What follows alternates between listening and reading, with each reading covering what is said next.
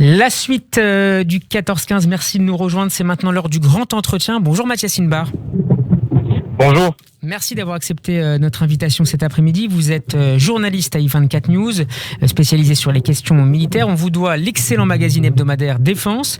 Mathias Inbar, une série de raids menés la nuit dernière à l'est de la Syrie a été attribuée à Israël. Au moins 40 soldats et miliciens pro-Iran sont morts dans ces frappes. Que sait-on précisément sur les objectifs de ces différents raids ? Écoutez, visiblement, de ce que l'on peut savoir ce matin, effectivement, et cet après-midi, il s'agirait de sites d'entraînement de milices chiites, pro-iraniennes. Alors, quand je dis milices, il faut bien comprendre que ce ne sont pas quelques hommes, mais véritablement des groupes terroristes armés, surentraînés et financés par l'Iran, qui se situe donc dans cette province de Deir ez-Zor et surtout à la frontière entre la Syrie et l'Irak d'Abu Kamal.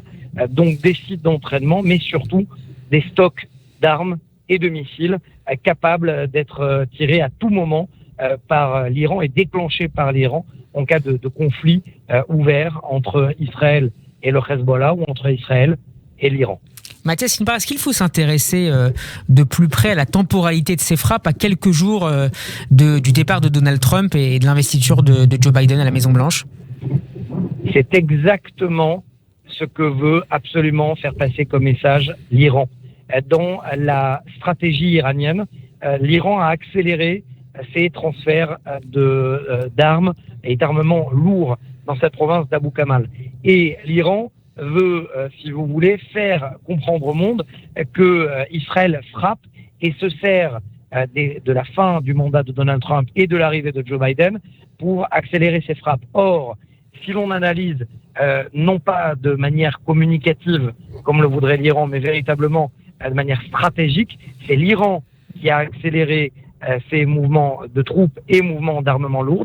C'est la raison pour laquelle Israël répond par des frappes de plus en plus serrées, dont le timing est serré. Cela, normalement, n'a rien à voir avec Joe Biden ni Donald Trump, si ce n'est, et je me corrige en disant que Israël envoie, certes, oui, un message à Joe Biden, au futur président américain, qui sera devant le fait accompli. À partir du moment où l'Iran franchira une ligne rouge, Israël frappera, quel que soit le locataire de la Maison-Blanche. Mathias Inbar, vous êtes un expert des questions de défense et de sécurité. Comment ces armes lourdes dont dispose l'Iran et que le pays essaye de transférer notamment au Liban, comment ces armes que vise régulièrement Israël, ces dépôts de munitions, pourraient faire évoluer le rapport de force dans la région en défaveur évidemment de l'État d'Israël ? Pour cela, il faut répondre à la question pourquoi l'Iran intensifie ses transferts d'armes, principalement dans cette région de Deir ez-Zor et de la frontière d'Abu Kamal. Tout simplement pour avoir une continuité territoriale, Iran, Irak, Syrie. À partir du moment où vous avez cette continuité territoriale, vous pouvez amener n'importe quel type de missile et surtout ce dont redoute l'armée israélienne et les stratèges israéliens, ce sont ces missiles à capacité de GPS, donc missiles de précision qui peuvent frapper n'importe quelle cible en Israël. Donc là, je viens de répondre effectivement à votre question, à savoir que le rapport de force pourrait être mis en danger par rapport à ces missiles de précision, mais également de créer un troisième front. C'est-à-dire qu'aujourd'hui, vous avez 150 000 missiles que possède le Hezbollah qui sont pointés quasiment tous en direction d'Israël. Et on le sait, Hassan Nasrallah joue sur cette rhétorique. À chaque fois qu'il y a une montée des tensions avec le Hezbollah, eh bien, le Hezbollah dit que ces missiles peuvent toucher n'importe quel point, y compris les sites stratégiques. Donc ça, vous avez le dossier libanais. Vous avez ensuite le dossier syrien, face auquel l'armée israélienne ne veut pas refaire exactement la même erreur qu'elle avait faite il y a quelques années de cela, en laissant le Liban et le Hezbollah s'armer au Liban. Voilà pourquoi, selon des rapports étrangers et selon des informations confirmées par l'état-major israélien, Tsahal frappe en Syrie, mais également l'Iran voudrait créer de facto un troisième front en Irak qui permettrait de frapper des cibles israéliennes depuis l'Irak. Donc vous avez un triple front voire, je pourrais rajouter un quatrième, en utilisant les rebelles Houthis au Yémen. On a dit un mot tout à l'heure, Mathias Inbar, des États-Unis. On en reparlera dans quelques instants. Comment réagissent les Russes à cette frappe et plus globalement aux récentes frappes israéliennes? Les Russes, qui on le sait, sont très présents en Syrie, notamment dans l'espace aérien. Pour l'instant, aucune réaction de Moscou, tout simplement parce que ce n'est pas que Moscou est devenu subitement sioniste et que Vladimir Poutine l'est tout autant, c'est uniquement par intérêt. Pourquoi par intérêt? Parce que pour l'instant, Moscou rêve de pouvoir utiliser tous ces oligarques pour reconstruire la Syrie. C'est une part de marché énorme en termes de reconstruction, en termes d'utilisation également de flux de pétrole. Donc, le cas échéant, tant que la Syrie, pour l'instant, vacille, et surtout que Bachar al-Assad offre les clés de son pays aux Iraniens, c'est le déséquilibre dans la région. Et on le sait très bien, en cas de ligne rouge franchie, ça pourrait être une guerre.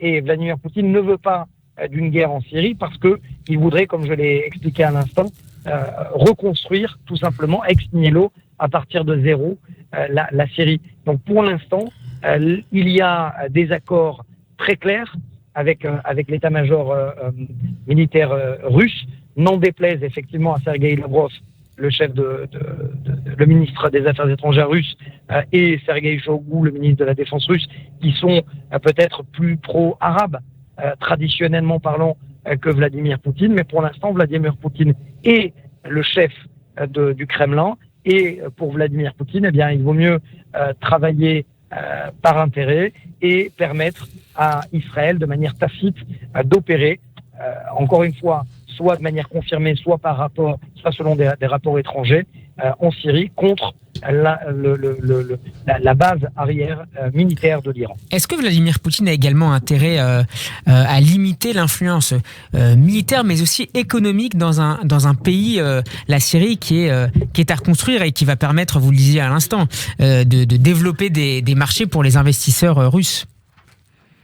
Vous savez, aujourd'hui, Bachar al-Assad l'a compris, c'est-à-dire que lorsque on entend les déclarations de Khaled Meshal ou de Ismail Haniyeh, qui sont les deux, les responsables du Hamas, que ce soit Ziad Nahla, qui est le secrétaire général du djihad islamique, ou Hassan Nasrallah, tous disent que Qassem Soleimani, l'ancien chef des forces al-Quds iraniennes, qui a été éliminé par les États-Unis, avait convaincu Bachar al-Assad de lui délivrer tout simplement son pays. Et face à cela, on peut se poser la question de savoir à quoi joue la Syrie. C'est-à-dire que peut-être que sans doute Hafez al-Assad se retourne dans sa tombe. Celui qui avait mené cette grande campagne militaire en 1973 et qui avait voulu reprendre le plateau du Golan, qui avait joué sur cette souveraineté, sur cette force souveraine syrienne. Aujourd'hui, la Syrie n'est plus la Syrie.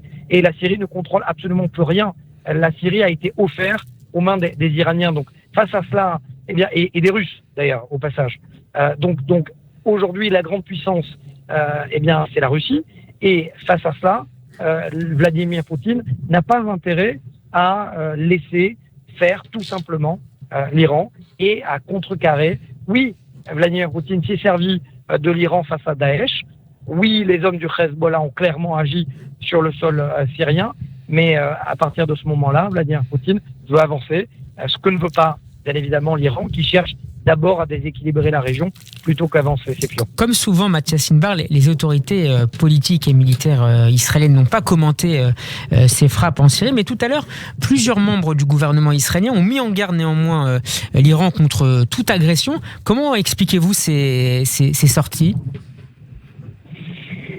Alors, généralement, il y a une tradition, ça s'appelle la politique de retenue en Israël, c'est-à-dire qu'on demande absolument pas à ne pas commenter les faits et gestes de Tsahal, tout simplement parce que stratégiquement, il vaut mieux toujours se garder derrière des rapports étrangers plutôt que d'affirmer et ensuite de s'enorgueillir pour tester le degré de capacité de l'ennemi.